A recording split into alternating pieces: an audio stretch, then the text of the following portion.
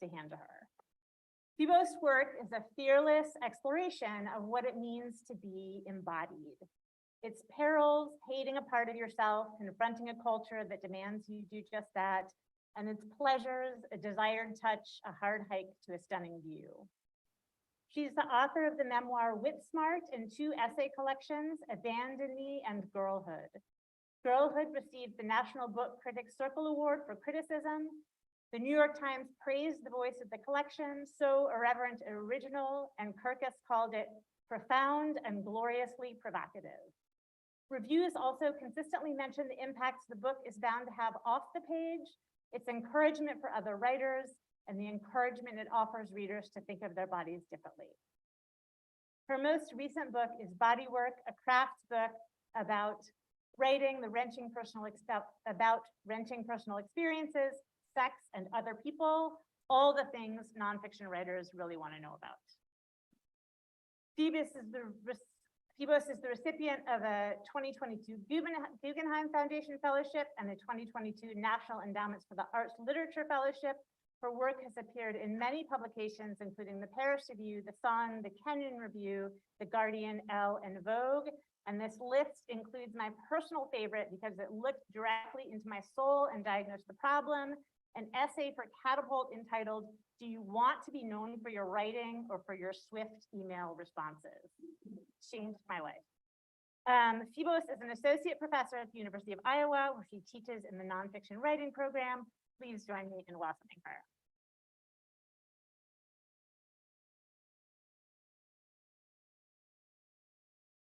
I got it.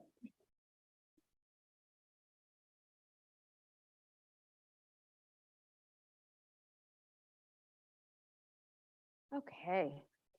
Thank you, Kim. Hi, everybody. How's my sound? Can you hear me? I tend to be pretty loud anyway, so if you get overwhelmed, let me know because I tend to yell a little bit when I read. That was so nice, Kim. I don't know where you went, but thank you. Oh, you're right here in front of me. Thank you so much for that great introduction. And I just want to thank everybody, the donors and Peter and Terry and Kate, and most of all the students who I spent most of today with, who are kind of clustered over here. I had such a good time with y'all, and I so appreciate your questions and your vulnerability and your presence. So I'm going to read for a little while, and then maybe we can talk a little while if you want to, and I'll sign some books, and we'll be out of here for my early bird bedtime. I'm going to read a little bit of old work, not old, but published work. And then I think I'm going to read a little bit of new work from a book that I am totally in the weeds of, like the middle of writing, which is a really painful place to be. But I'm excited to share some of it. And I'm going to start by reading an excerpt from an essay called The Mirror Test, which is in Girlhood. And it has a lot of different moving parts, most of which I'm going to leave out, including like the Malleus Maleficarum and Edith Wharton, and I've sort of stitched together some elements, mostly personal narrative, that I think will hopefully hold. And it begins with an epigraph from Jamaica Kincaid's short story Girl. What if the baker won't let me feel the bread? You mean to say that after all, you are really going to be the kind of woman who the baker won't let near the bread? Going to set my timer because I'm so afraid of being that guy. Yeah, I'm not going to be that guy, not tonight. Okay. In the 18th century, sluts' pennies were hard nuggets in a loaf of bread that resulted from incomplete kneading. I imagine them salty and dense, soft enough to sink your tooth into, but tough enough to stick. What could a handful of sluts' pennies buy you? Nothing. A hard word, a slap in the face, a fast hand for your slow ones. Before it carried any sexual connotation, the word slut was a term for a slovenly woman, a poor housekeeper. A slut was the maid who left dust on the floor, slut's wool, who left a corner of the room overlooked in her cleaning, a slut's corner, and sometimes she was the dirt itself. A slut was a careless girl, hands sunk haphazardly into the dough, broom stilled against her shoulder, eyes cast out the window, mouth humming a song, always thinking of something else. Was I ever a messy child, a real slut in the making? My clothes tangled on the floor, my books dog-eared, their bindings split. Dirty dishes on the bookshelf, sticky spoons glued to the rug. I would never have bathed if not commanded. At a certain point, when I got in trouble and wanted to be seen as good again, I would clean my room, but only when I wanted to be good, not because I wanted to be clean. I already understood that goodness was something you earned, that existed only in the esteem of others. Alone in my room, I was always good, or I was never good. It was not a thing to care about alone in my room unless I was thinking about the people outside, the ways I might need them to see me. The story goes like this. In March of 1838, Darwin visited the London Zoological Society's gardens. The zoo had just acquired Jenny, a female orangutan. The scientist watched a zookeeper tease the ape with an apple. Jenny flung herself on the ground in frustration, precisely like a naughty child. Later, he watched her appraise a mirror in her cage. The visit led him to wonder about the animal's emotional landscape. Did she have a sense of fairness to offend? Did she feel wronged? And what sense of selfhood did such a reaction imply? More than a century later, his musings led to the mirror test, developed in 1970 by the psychologist Gordon Gallup Jr. In it, an animal is marked with paint in an area they cannot normally see. Then they're shown a mirror. If the animal investigates the mark on their own body, they are seen to perform self-recognition. Great apes, the Eurasian magpie, dolphins, orcas, ants, and one elephant are the most frequently cited animals to have passed the test. Just think of all the things a woman could do rather than clean, which is to say, think of all the pastimes that might make her a slut. Reading, talking, listening, thinking, masturbating, eating, picking a scab, smoking, painting, building something, daydreaming, conspiring, laughing, communing with animals or God, imagining herself a god, imagining a future in which her time is her own. In Samuel Johnson's 1755 dictionary, the precursor to the Oxford English, a slut is simply a dirty woman. In the 19th century, a slut also becomes a female dog and a rag dipped in lard to light in place of a candle. It isn't until the 1960s that a slut finally becomes a woman who enjoys sex in a degree considered shamefully excessive. It is a brilliant linguistic trajectory. Make the bad housekeeper a woman of poor morals. Make her maid service to men a moral duty, and every other act becomes a potentially immoral one. Make her a bitch, a dog, a pig, any kind of subservient or inferior beast. Create one word for them all. Make sex a moral duty too, but pleasure in it a crime. This way you can punish her for anything. You can make her humanity monstrous. Now you can do anything you want to her. The psychologist Henri Wallin observed that both humans and chimpanzees seem to recognize their own reflections around 6 months of age. In 1931, he published a paper in which he argued that mirrors aid in the development of a child's self-conception. 5 years later, Jacques Lacan presented his development of this idea at the 14th Annual Psychoanalytical Congress at Marienbad. He called it le stade du miroir, the mirror stage. Before it, the infant is simply a conduit of its own experience. Self-conception is piecemeal. Here's a foot, here's a hand, but maybe closer to what Lacan would later call the real. There is no I. Then the baby sees herself in the mirror, and the uneasy grasping for a fixed subject begins.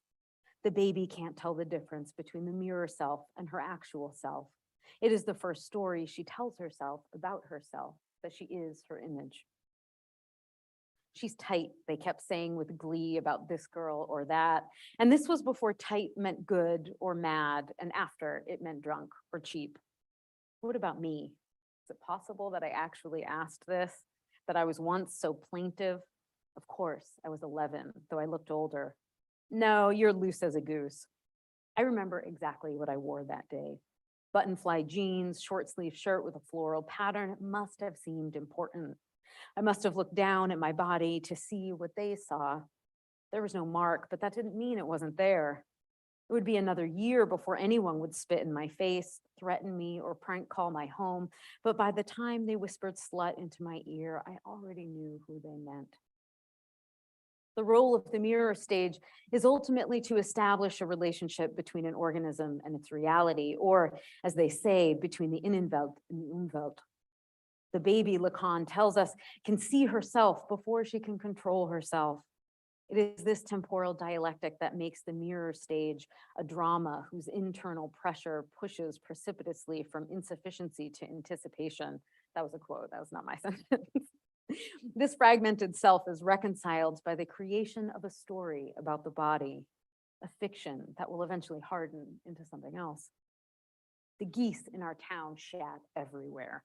Their long black necks were fat as the pipes under our kitchen sink, their sleek heads identical with white feathered cheeks. Their wingspan was enormous. Sometimes they flew in a V formation, their muscular wings beating in unison, their bodies improbable masses gliding over us in an arrow, honking as they sliced into the sky. I did not feel loose as a goose in the bathroom with Derek's brother's friend. I did not feel loose as a goose with Kimmy's cousin in the kitchen. I felt loose as a goose alone in my bedroom, my magnificent wings beating the air, flapping the pages of all my books. Still, I let them touch me. It seemed that my desire and theirs ought to connect, that what drew together ought to have some shared reward, though it never did in practice. My desire found its dead end in them, and there was no easy route out. Gallup's mirror test answered the question of an animal's ability to recognize itself in its reflection, but it didn't answer Darwin's first question. Did she have a sense of fairness to offend? Did she feel wronged? And what sense of selfhood did such a reaction imply? A sense of fairness and a capacity for feeling wronged seemed to suggest humanity to Darwin. The scientist's ultimate question about Jenny was always the same. How human is she? Queen Victoria, who visited the ape in May of 1842, described Jenny in her diary as frightful and painfully and disagreeably human. Say the ape, the magpie, or the elephant looks in the mirror and recognizes the paint smeared on her body by the researcher. The animal who passes the test then investigates her own body for the offending mark. Say she finds nothing. How long before she trusts the reflection over her own body? Say the mark on her reflection is confirmed by all the other elephants. How long before her reflection replaces herself? We were studying some aspect of American history, discussing a true rumor about some dead president, when my teacher said, the thing about reputations is that they're usually true. There it was, my reluctant sense of fairness, my feeling of being wronged. It bloomed in me like a corpse flower, rare and putrid. I was afraid to be angry. If I let myself get angry, I would have to face the true breadth of my own powerlessness. There are benefits to believing what they say about you. Did I argue with him? Probably not, though I knew he was wrong, not only on behalf of my own bad reputation. What is a reputation but the story most often told about a person? Perhaps the bad stories about white men throughout history have mostly been true. After all, the threat of punishment for telling false stories about white men has often been great. Likewise, the ability of such men to correct the record. But stories about people who are not white, not men. Power is required to inflict punishment and to revise the public record. You need a weapon to defend your own name. If you don't have one, they can say anything they want about you. I don't think my teacher meant that reputations are usually true in the Lacanian sense of a self that's built by social collaboration. He meant that if they say you're a slut, you're probably a slut, which implies that a slut is a kind of woman rather than a word used to control women's bodies. It turns out that almost everything they'll call you a slut for doing is a thing I want to do. I am finally loose as a goose, my wingspan unfolded its full length, my powerful neck raised as I slice into the sky. I am now the same woman in the Innenwelt and the Umwelt. I am that careless girl, hands sunk haphazardly into the dough, bedroom asty, pen stilled against her hand, eyes cast out the window, mouth humming a song, thinking of something else. I'm not interested in taking back the word slut, as I'm not interested in owning a gun. It was never mine. You won't hear me say it to any woman, not as a joke, not with pride or affection or irony. The only definition of the word that I claim is the one of a rag dipped in lard and set afire. Call me that kind of slut. Call me flashlight. Carry me through the dark if it helps. Here, take this story and watch it burn. So I'm stopping with that one. Thank you.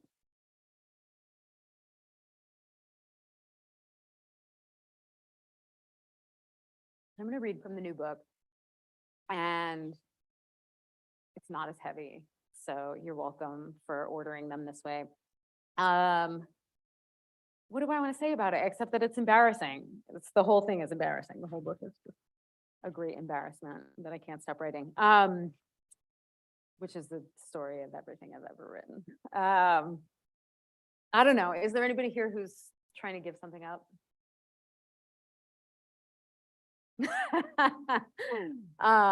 Probably there are people here who have given some things up. I feel like I'm always giving something up because I get really attached to things.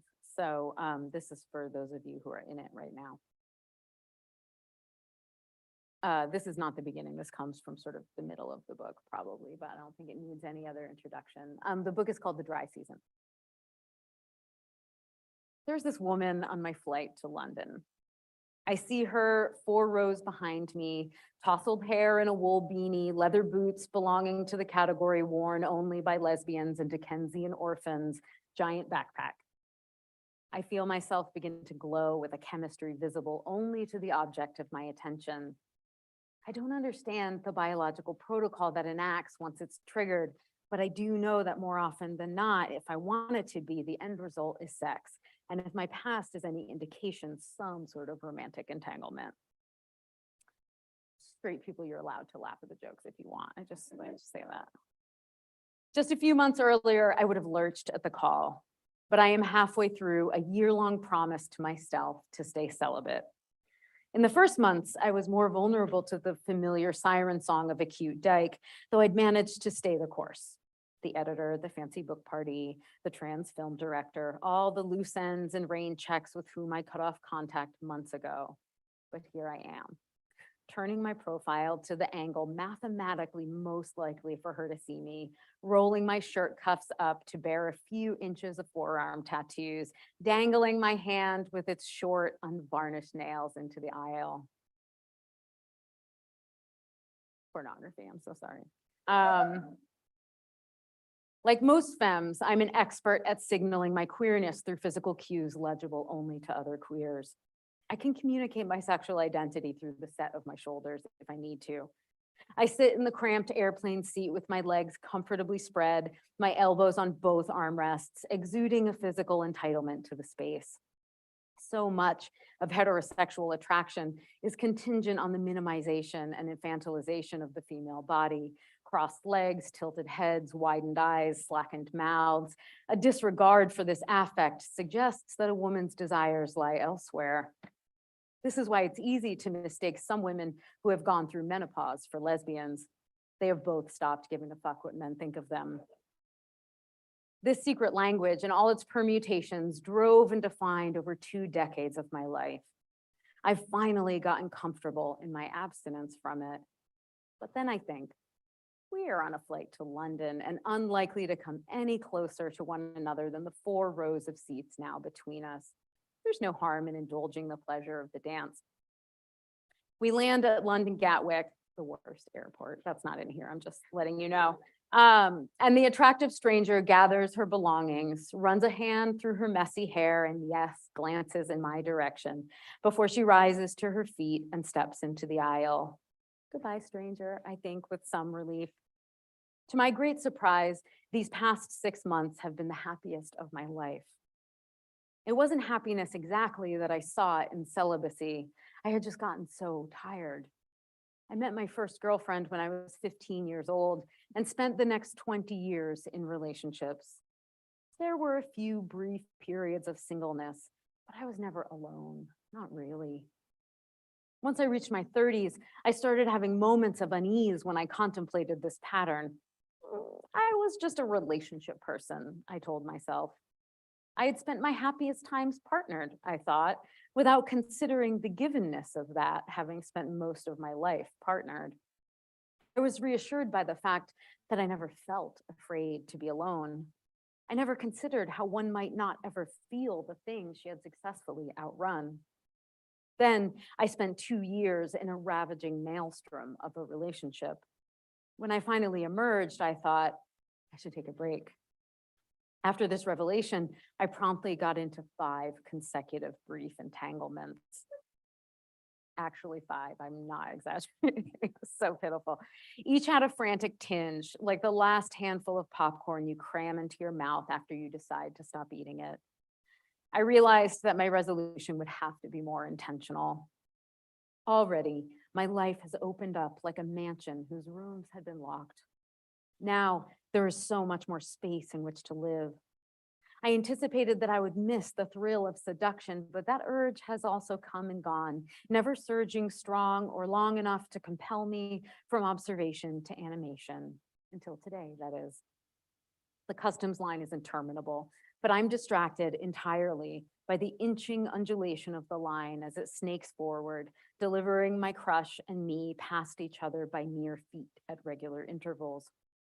Both of us studiously rotate between staring at our phones, squinting ahead at the front of the line, and posing in such subtle affectations that no casual observer would discern anything other than boredom and frustration in either of our comportments.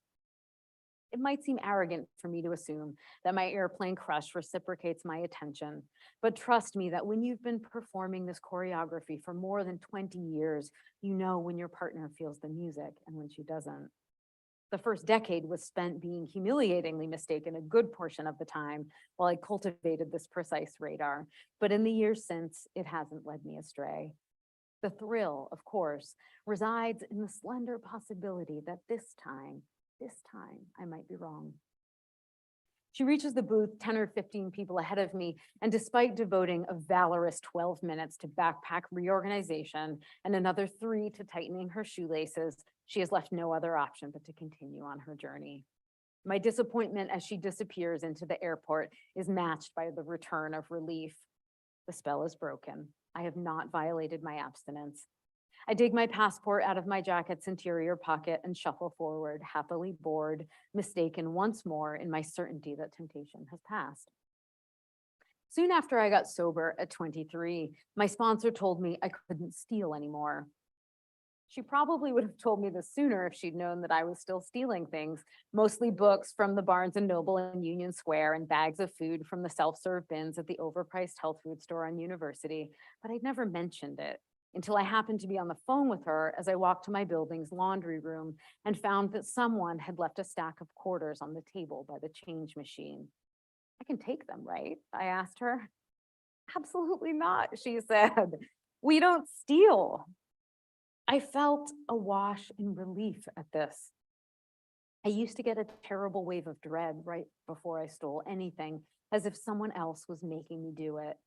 I wasn't addicted to stealing. It was a habit I'd gotten into as an addict who was always broke, but the necessity had been replaced by the inertia of habit. It hadn't occurred to me that I could give myself permission to stop. Incredibly, after I have navigated the swarmed airport, retrieved my massive suitcase from baggage claim, ridden the shuttle to the adjacent train station, deciphered the cryptic train tables and British accents, purchased my ticket from a reluctant kiosk, and arrived at the correct platform, there she is, the woman from the plane. I kid you not. She glances up, probably sensing my stunned stare, sees me, looks momentarily stunned herself, and then looks away. We don't make eye contact again, but stand a few yards apart on the platform, waiting for our train. I hold very still, as if it will quell the tumult inside me. I have fleeting, stupid thoughts, like maybe this is fate, and who am I to defy the fates?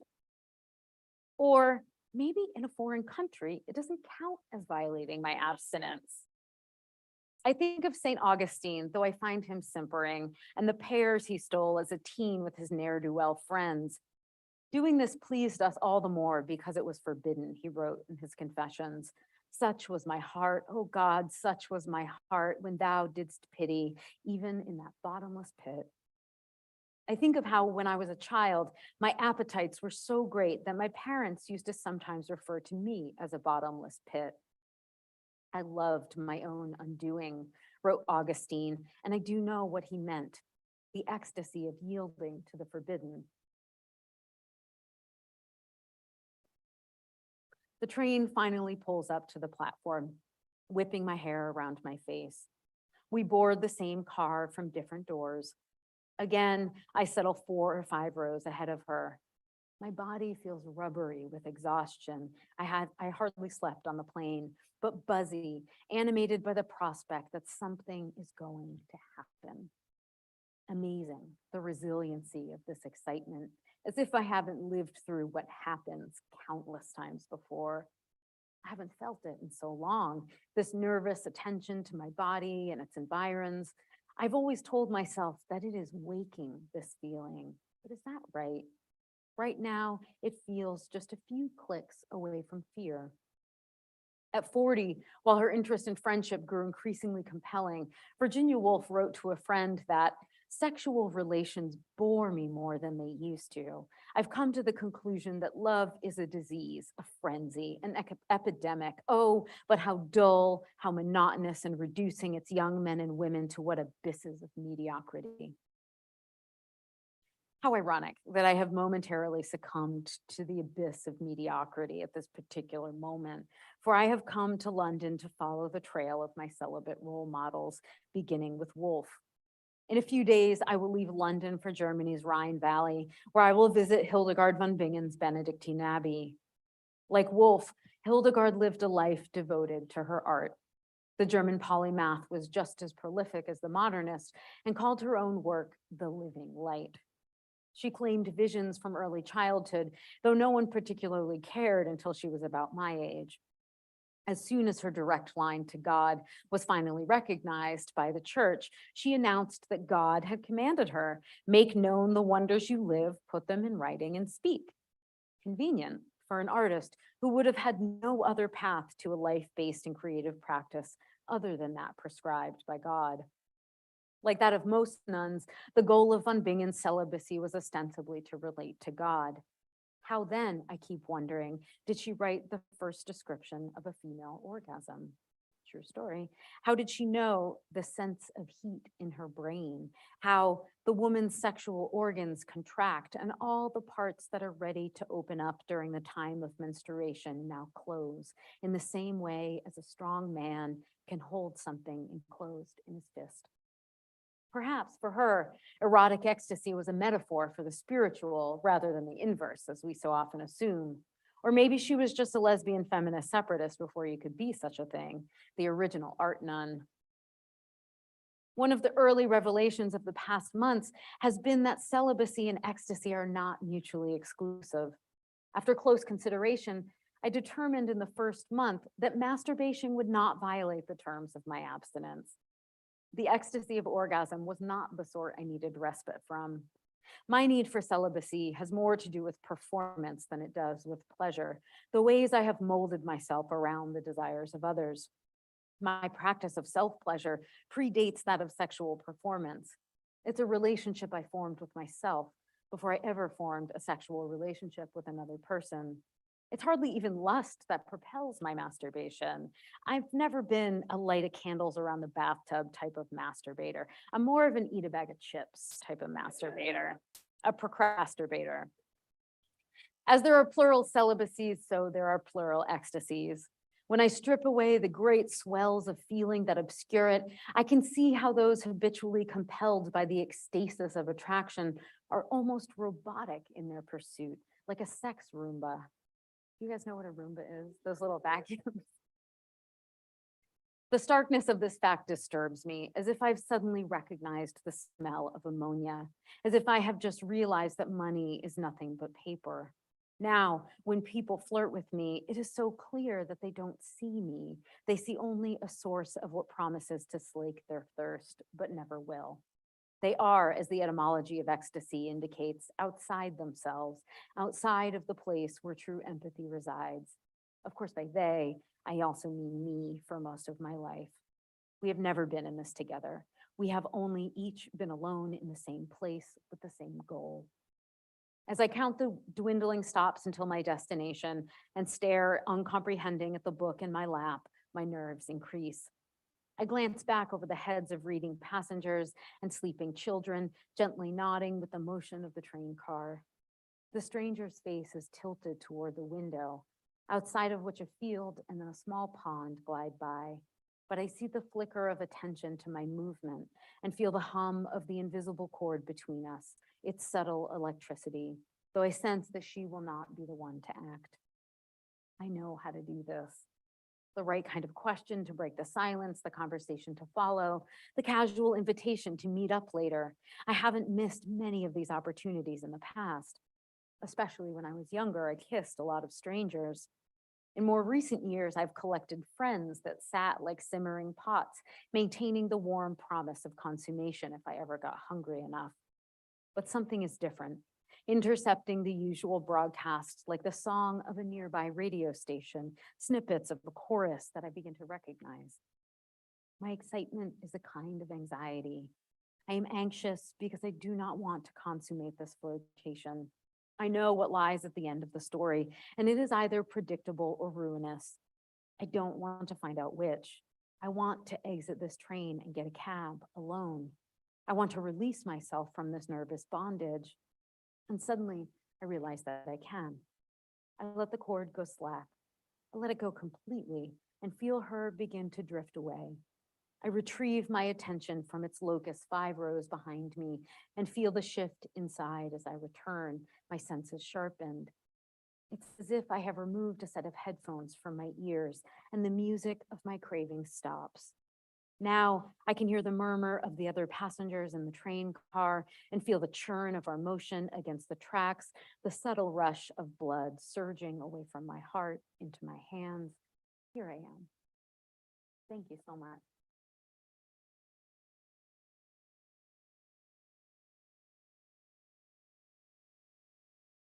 So I'm happy to answer questions about anything you want, unless it's totally inappropriate, in which case I won't answer it. But I'm happy to talk about what I just read or anything I've ever written or just writing in general or just life in general, if that's what you want to talk about. And it's also okay if you don't have questions. Hi, Olivia.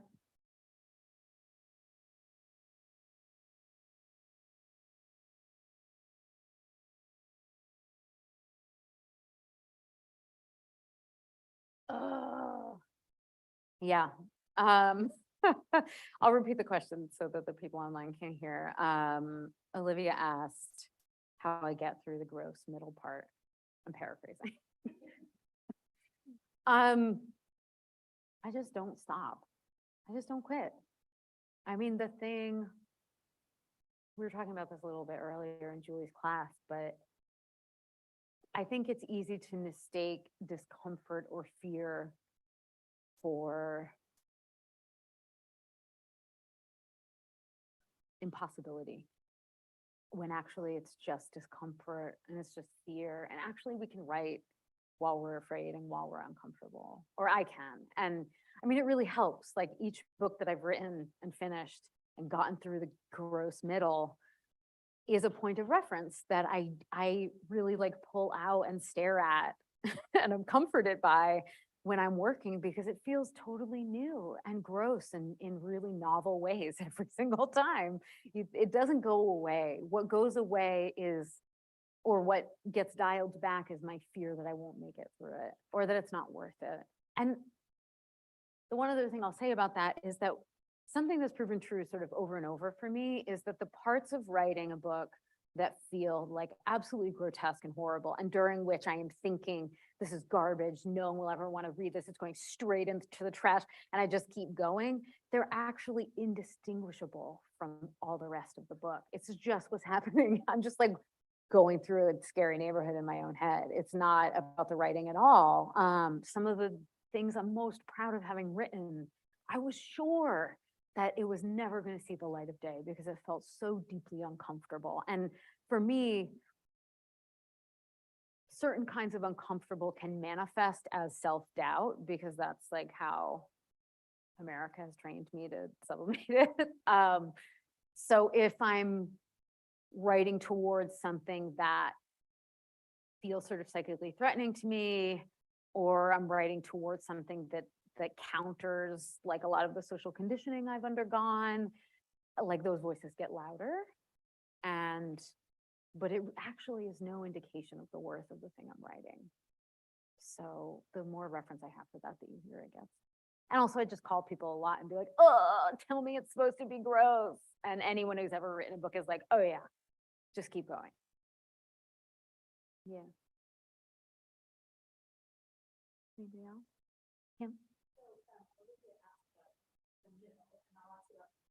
Mm-hmm.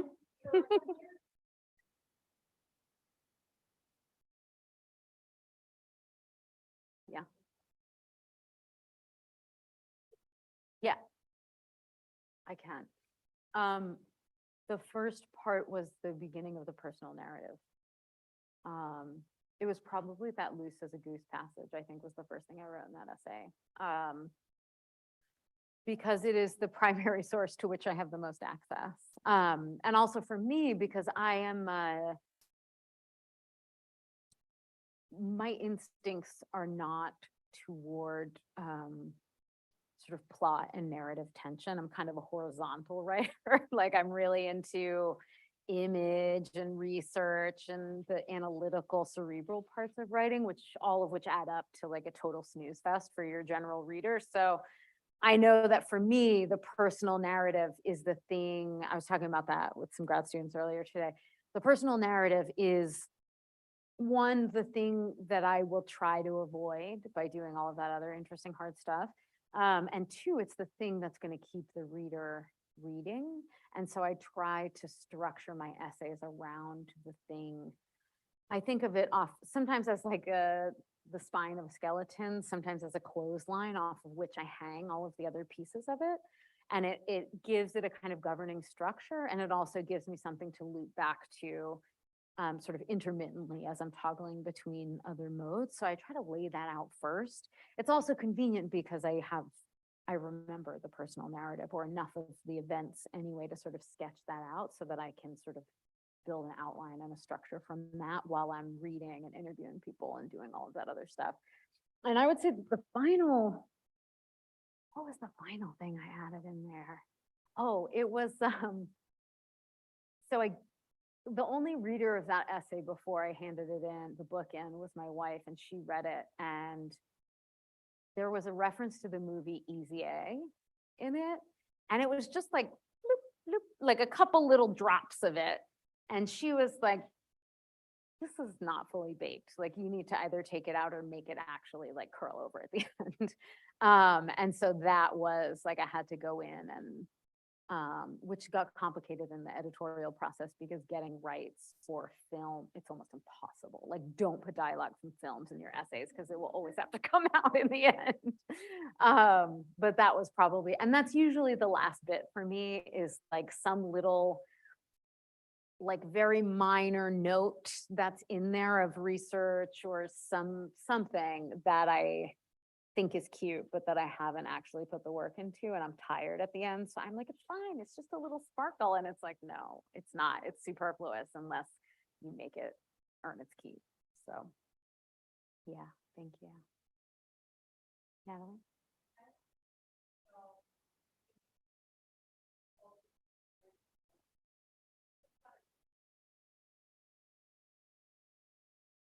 Mm-hmm.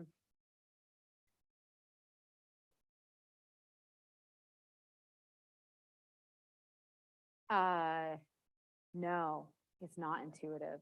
It's the opposite of intuitive. I mean, actually, it's sort of instinctual now because I've trained myself. how do I do this without telling like a really long story?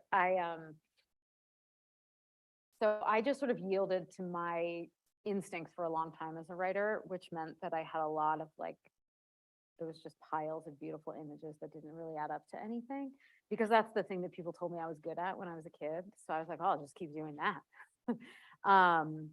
And over time, I sort of started to build this implicit story in myself that I wasn't good at the other parts of writing. Like I couldn't be transparent about what I was trying to say because didn't know, and I was afraid that I didn't have anything worth saying. And I thought I was bad at dialogue, and I thought I was bad at scenes. But the truth is I just had never really put any work into learning how to do those things because I was just too busy building the one muscle of the thing I didn't really need to work on because I was already good at it. And then two things happened. And one was that I was in a workshop where all my classmates were like being nice and being like, oh my God, what beautiful images. And it was like a 25-page story in which nothing happened. Just like a girl being sad, packing a suitcase with like piles. It was awful, so boring. And my teacher, who became my thesis advisor, was finally like, oh, Melissa, please stop indulging your strengths. And it was like a gong went off in my head. And I'm sure people had tried to find nice ways to say this for years before that, but I was ready to hear it.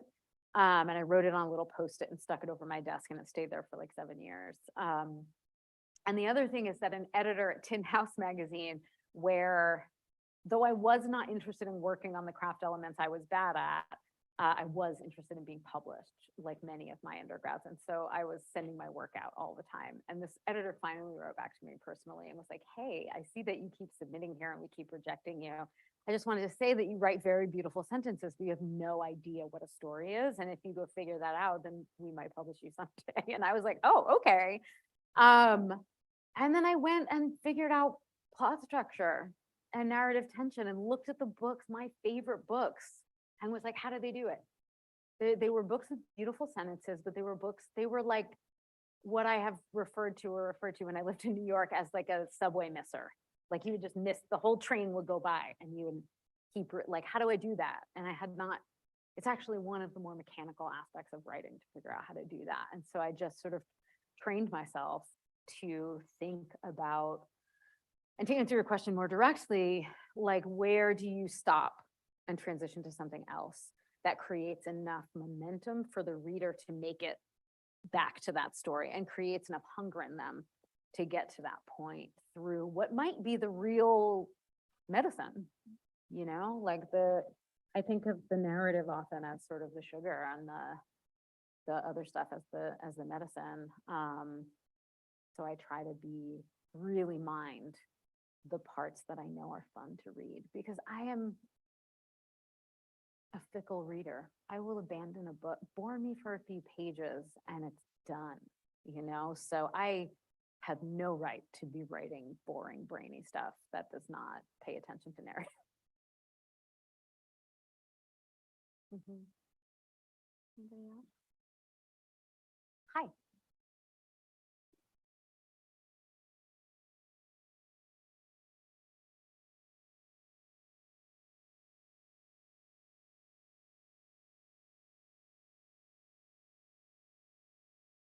Yeah. Yep. Yeah. Yeah, that's great. For those of you who didn't hear, the question was about sort of finding a voice or a rhythm in your work and then getting maybe a little stuck in it, or seeing the same thing happen over and over. And sometimes it's like, that's not always a problem, right? There are a lot of people who are trying really hard to develop a voice. So congratulations. But I do know what you mean, where sometimes I get to sort of a certain kind of sound, or sometimes for me, it's even a combination of form and content, like a rhythm I can get into that will lead me to a similar sort of like, and I'll stick the landing over and over again. But if you stick it in the same way, it's not as impressive. Like the applause gets quieter and quieter every time, you know? And I think for me, sometimes it just means I need to like take a break, or I need to sort of get some other voices into my head So often the solution to that is reading for me, just like reading some other rhythms, reading some people doing really different kind of work, or to set up constraints for myself, like make myself write with no images, make myself write with no figurative language, make myself write with no modifiers, and just try to disrupt that. Not because I necessarily shouldn't be doing it, but because I want to see what's happening underneath a little bit more clearly. And it's easy for me to fall in love. Like, as I just, the story I just told evidence is it's easy for me to fall in love with the things I'm good at. And it's like, ooh, that sounds nice. That sounds nice. But over time, it can get a little bit empty. It's sort of like those of you who have published books know it's like when you're reading from a book, like I just read from the new book and it's like made me a little nervous. It was really exciting. I haven't quite figured out the rhythms yet. Once the book comes out, you're reading from it, you're reading from it, you're reading from it, you're reading. You get to a point where you're really comfortable and you nail it every time. And then right after that, it starts to feel soulless. And you know that like you're thinking about something else while you're reading it. You don't even really have to look at the page anymore. And then it's like time to pick out a new excerpt, So giving assignments and constraint work really well for me. Like start writing in form, make yourself write some sestinas. They will crush your little rhythm, your comforting little rhythm, or try to write in like iambic pentameter, just make yourself do something that's like less comfortable. Yeah, great question. Hi.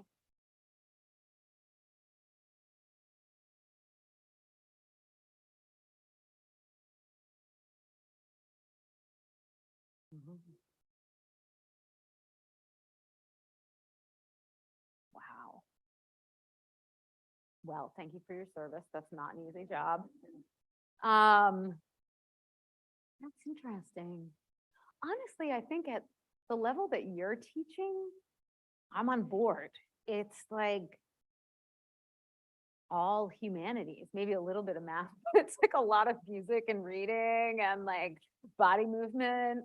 It's when it gets a little older that I think, I'm a high school dropout. Not because I wasn't motivated, but because the structures of school there wasn't somehow in those like super long days at school, there wasn't enough room for me to do the things that I was genuinely already super passionate about. So probably doesn't apply to first grade teachers I trust. I mean, you're sitting here, you're probably doing an amazing job. But I don't know. I think that having protected space for kids to like follow their weirdness all the way to its best expression is really important, and I think there's room for that in every kind of school, right? Not just like Montessori or yeah, thanks.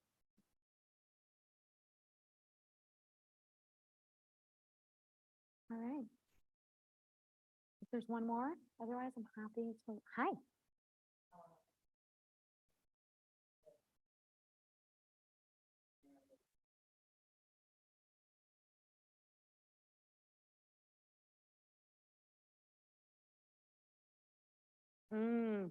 Oh, it's super personal though. I mean, not like in a private way, but like, I don't know what makes you miss your subway stop. Only you do. For me, it's like, I like reading mysteries. And I like reading like big, fat, juicy literary novels that read like mysteries. I would say probably a really good example is like,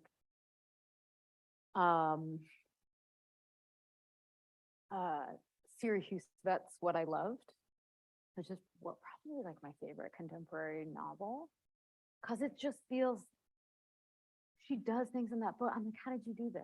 How did you do it? It's like a character driven, gorgeously written, like thriller. I don't know. I don't even know how to describe it, but it's really, really good. I would put Beloved in that category for sure. The God of Small Things.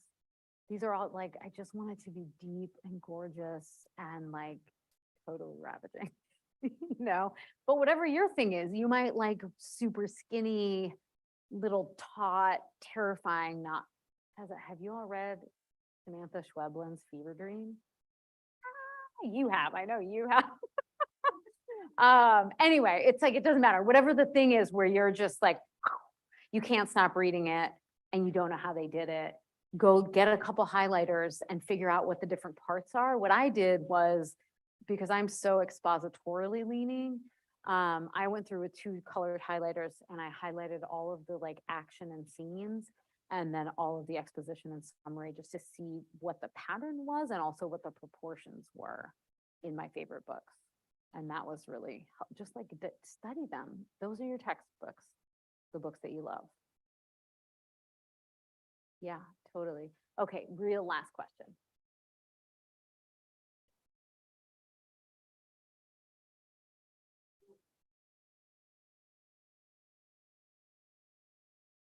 Are you a poet? Um, uh,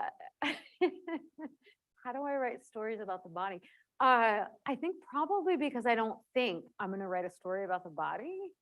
I just write a story and like I'm embodied. So that's how it happened. Do you know what I mean? I mean, I think part of it is also like, that's the stuff that draws you in. It's always, I mean, it's always the answer when my students are like, when you read something in workshop and you're like, oh, this is interesting, but I don't really feel anything reading it. The answer is almost always like, describe it in the body. Because it's like a mirror. It's like such an accurate mirror. If you say, I felt anxious, we don't feel anything. But if you say, you know, I felt a hand squeezing my chest, but there was no hand, you know, like I know what that feels like. So yeah, I think it's partly like a craft issue, but also it is the site of all of our experiences. Yeah, or just write poems, write lyric poems. Like, don't worry about narrative. All right, thank you all so much.